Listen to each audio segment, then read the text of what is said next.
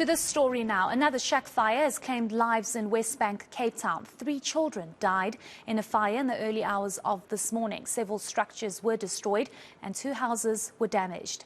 It comes after 3 children died in a shack fire at an informal settlement in Kraaifontein. Our reporter Monique Mortlock is watching developments and joins us now live. Monique, just looking at the visuals behind you, it seems as though this fire was devastating. Tell us more.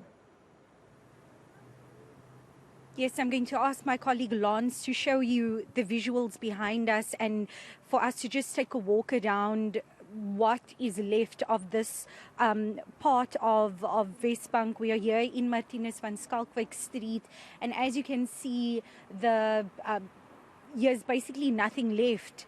Several families have lost their homes, they've lost belongings, and also, most importantly, 3 children perished in this fire. And we've been told by residents here that one of those children, a baby really, was going to turn 1 year old. But just to give us some insight into how residents are feeling, I'm going to bring in a resident here with me, Clyde. Clyde, sê vir my in Engels of in Afrikaans, how are you feeling? Hoe voel julle? Ek voel die regering, man. Die government stel die belang aan ons mense nie. Soos ons nou hierso is, nou, kyk jy, alles is nou afgebrand. Hulle kan nie eens vir ons nou iets hier kom. Waar is die mense?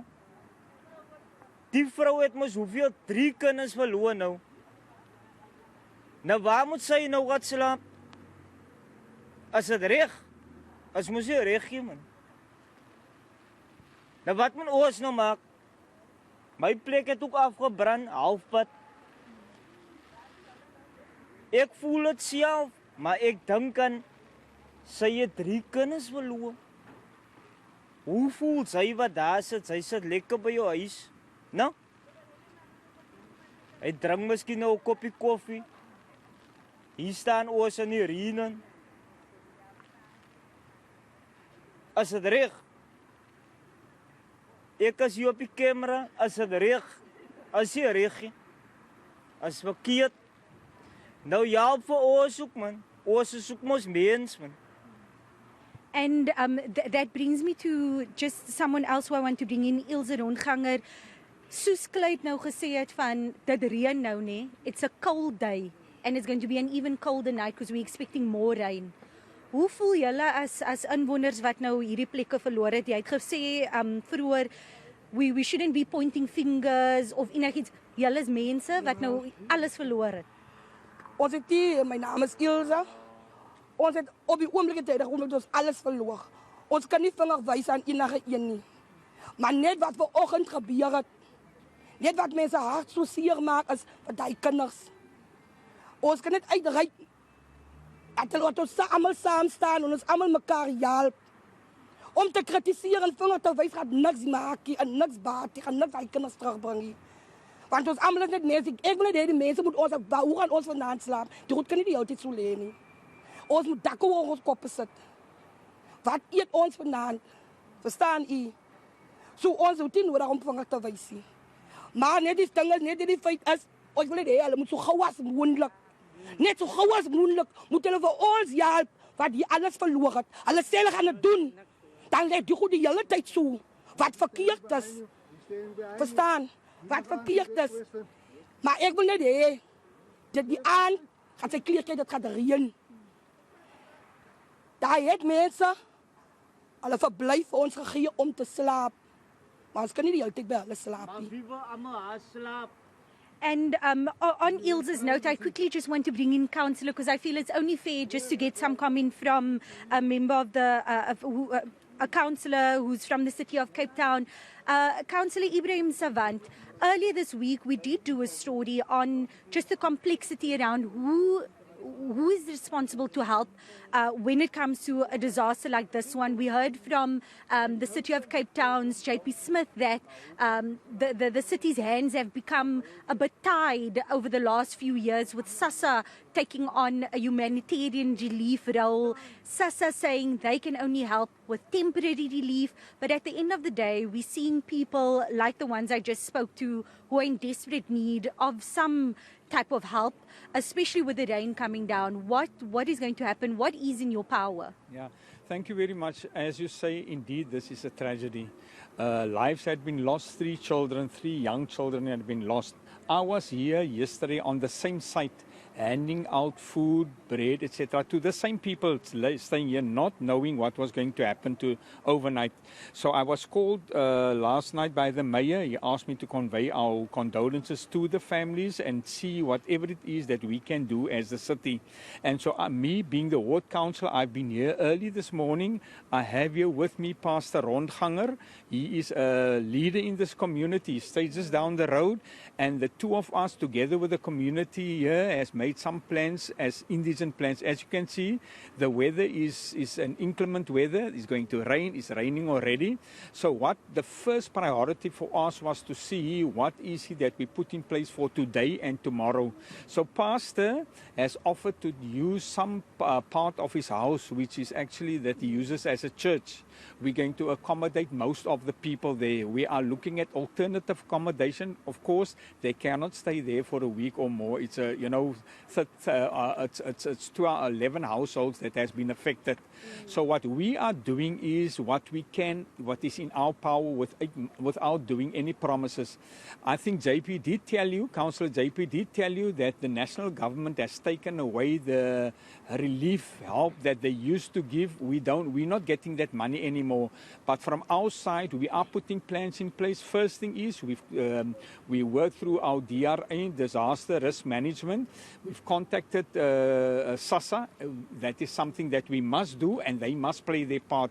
We cannot play the part of national government, when there's funds that are, being lost every day. But we have, in our means, we've got some regular supporters and some sponsors, etc., and we draw on all of them already. This morning, Balls, not Guns, has made provision for the food for today.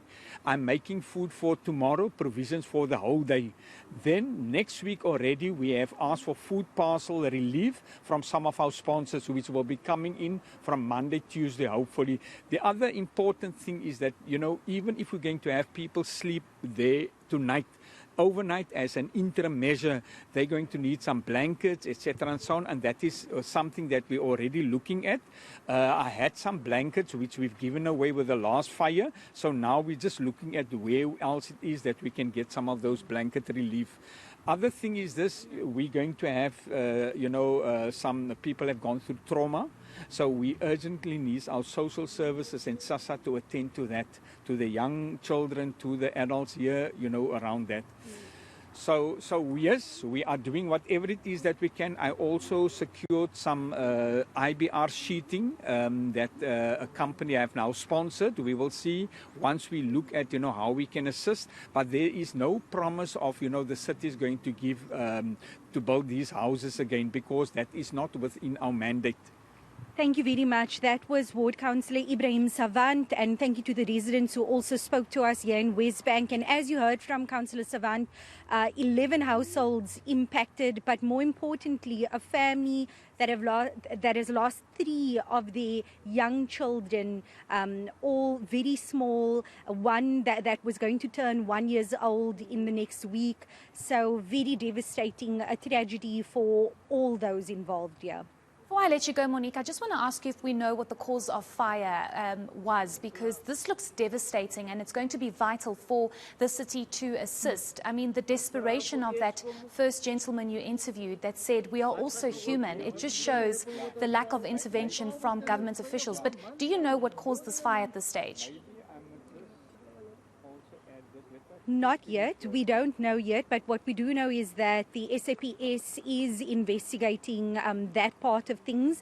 And I just heard one of the residents mentioning that he has no electricity. Is that due to the fire, Councillor? Yes, it's due to the fire. In fact, it's not only these 11 structures that are affected, it's the whole area.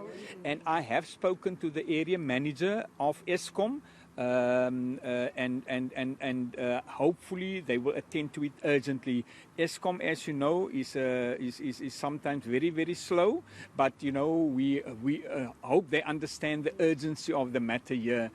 because the Wesbank is one of those areas that is, affected by cuts, power cuts all the time. Yeah. I actually just want my colleague Lance just to show how this electricity pole burnt down. And as you can see, Councillor Savant, what he mentioned is something that other residents whose homes maybe didn't burn down, but they are also now sitting without electricity, and that's far and beyond the normal load shedding schedule. These residents are completely without power, whether it's load shedding or not, due to this fire. Just completely unacceptable. Thank you so much for that very important updates and reports by Monique Mortlock. We'll definitely be checking in with her. And just the desperation from residents saying, we need you to intervene. We also need help. I do hope that the City of Cape Town officials were watching this and understand the urgency.